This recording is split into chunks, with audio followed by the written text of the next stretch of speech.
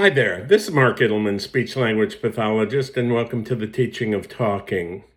This particular video today is going to be about conversation groups. And there are a lot of conversation groups that have developed over the last few years, especially with the situation our country has been in.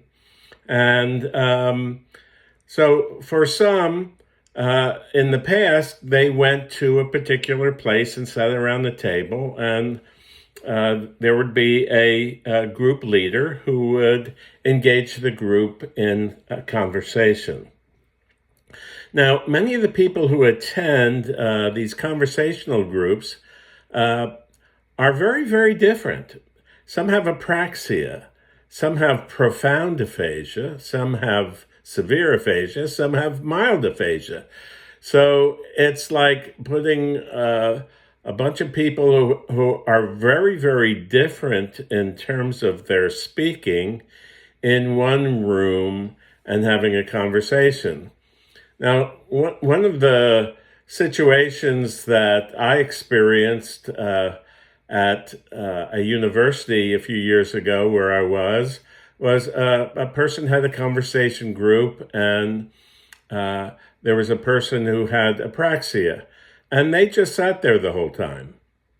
And then there was another person who had a profound aphasia, and they couldn't really do much of anything because they needed cues. Now you say, well, Mark, what do you mean by cues? And what cues are is something that we utilize with the teaching of talking method. Now, people who have lost their ability to speak, they need cues. It's like if you're teaching a child to talk, they need cues. They need you to say the word. They need to see you say the word. They need to be able to watch you say the word. They need to hear you say the word. And then you have to be able to say a word that is simple enough for them to repeat. But when you get a bunch of people in a conversational group, there are just so many levels of aphasia that it's very, very difficult for everyone to benefit. Now, there are definite benefits to conversation groups. Those who have mild aphasias, they do very well in there. And it's amazing to watch people interact with a therapist. But then you'll very frequently see others who are not at a mild aphasia level, and they, again, may be kind of quiet. But the people who have more severe problems, group therapy is not really very helpful at all. And in the last 50 years of doing speech therapy, I've done one-on-one, I've done groups and things like that.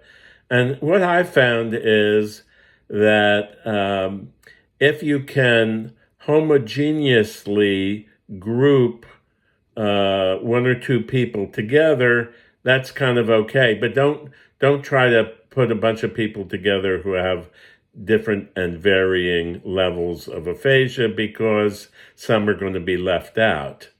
But the good thing is about conversation groups that it's social. It gets people out of the house, if you're getting out of the house these days. Or it gives a person, if they're home and they're on a Zoom call, it gives them an opportunity to be part of a community. Now, one of the very important things about aphasia, and one of the very important things for all of us, is community. And community is so very, very important because you meet with like-minded people who have similar interests that you do quite often in a community. And it makes it very enjoyable. Plus, it makes it easier for the caregivers to speak with other caregivers and compare notes. And not only does it give the person with an aphasia an opportunity to get out or to be a member of a community and to interact with other people, but it also gives the caregiver or the spouse a wonderful opportunity. So the major point that I want to make in this particular video is don't really expect a whole lot of speaking improvement for those who have moderate to severe to profound problems if they attend conversation groups, because they need more individualized attention. And, don't let anybody fool you. If there's a person with a severe to a profound aphasia, they need individual attention. And not only do they need individual attention, but their wives or their family members need individual attention. And an expert therapist can work with a person with aphasia while simultaneously teaching the caregiver what to do and how to stimulate speech at home. Let's face it, when you lose your speech, it's a long way back. And speech will never really make much of an improvement if you're seen once or twice a week and nobody else is really involved at home. You have to be involved at home. And it's not about sitting down to do workbooks or iPads. That's not what you need to do if you're going to want your loved one or the person with aphasia, if you want to speak better. Because speaking, as many of you know, involves a conversation, but not necessarily in a group if you have a severe to profound problem, although groups are good socially. If you have a severe to profound problem, you need individual work where a therapist can identify what's going on with you and can identify where to start in your therapy and start the therapy and start training the family members to learn what the expert therapist knows. And that's the whole key. In fact, if somebody were to ask me, and somebody did one time, they said, what would you do, Mark, for these people who, have a severe to profound speech problem? Well, I answered it very simply. I said, I'd move in with them, because that's what it takes. Anything less than that, you're going to get minimal results. But you don't want me to move in with you.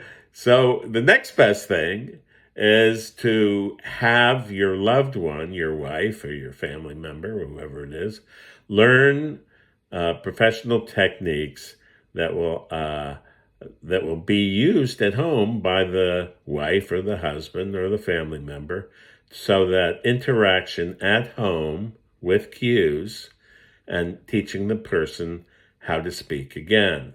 But just know that you'll need some mentoring. You'll need somebody to help you through it. Now, you could try to do it yourself. I mean, I had a big problem with my QuickBooks, and it got really messed up, and I was just at my wit's end. I wasn't sleeping or anything. Then finally I found an expert.